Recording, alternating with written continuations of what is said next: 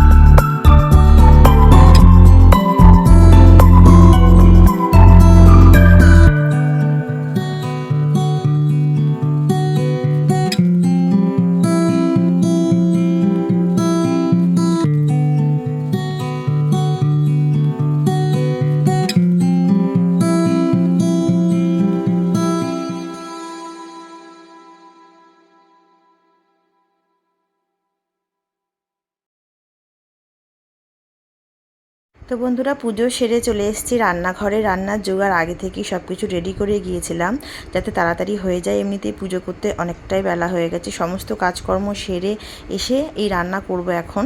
তো রান্নার তো চাপিয়েই দিয়েছি, হবে আজকে চিকেন আর ভাত।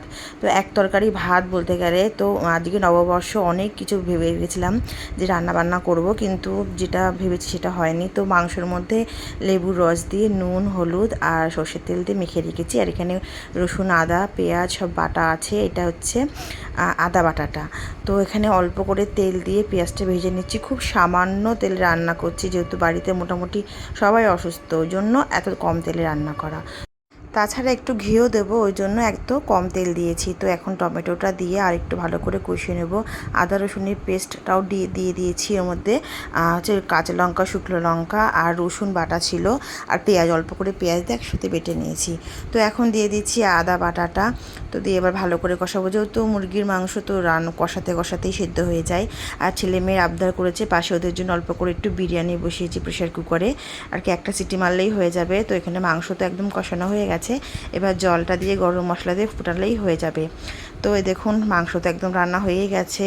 গুড ইভিনিং বন্ধুরা। তো ওবেলায় তো খাওয়া দাওয়া করে শরীরটা এত ক্লান্ত লাগছিল গরমের মধ্যে, তো একটুখানি ঘুম দিয়ে নিয়েছি। এই বেলা একটুখানি রেডি হচ্ছি, তো বেরোবো। যেহেতু ওই বেলায় খাওয়া দাওয়াটা খুবই সিম্পলের মধ্যে, খুবই সাধারণভাবে হয়েছিলো। তো এই ভাবছি এবেলা একটু বেরোবো। তো একটা কুর্তি পরে নিয়েছি, এটা মানির কুর্তি, নতুন, আজকেও পরেছিল সকালবেলা। তো মানে একটা ওয়ান পিস পরলো বলে আমি ওর কুর্তিটা পরলাম। আর রুদ্র এখানে যাবে না আমাদের সাথে। আর এই লোকটা সুযোগে সদ্ব্যবহার করে আমি একটু ভিডিওতে নিয়ে নিলাম ওকে, এমনিতে আসতে চায় না। তো দেখুন, রুদ্র এখানে বসে বসে টিভি দেখছে। ও যাবে না বলছে, অনেক করে বললাম চল আমাদের সাথে, তো ও যাবে না। তো এখন চলুন বেরিয়ে পড়েছি, চলে এসেছি রঙ্গোলিতে, সিনেমা দেখবো, খাওয়া দাওয়া করবো। অনেকই প্রোগ্রাম করে এসেছি, জানি না কি হবে।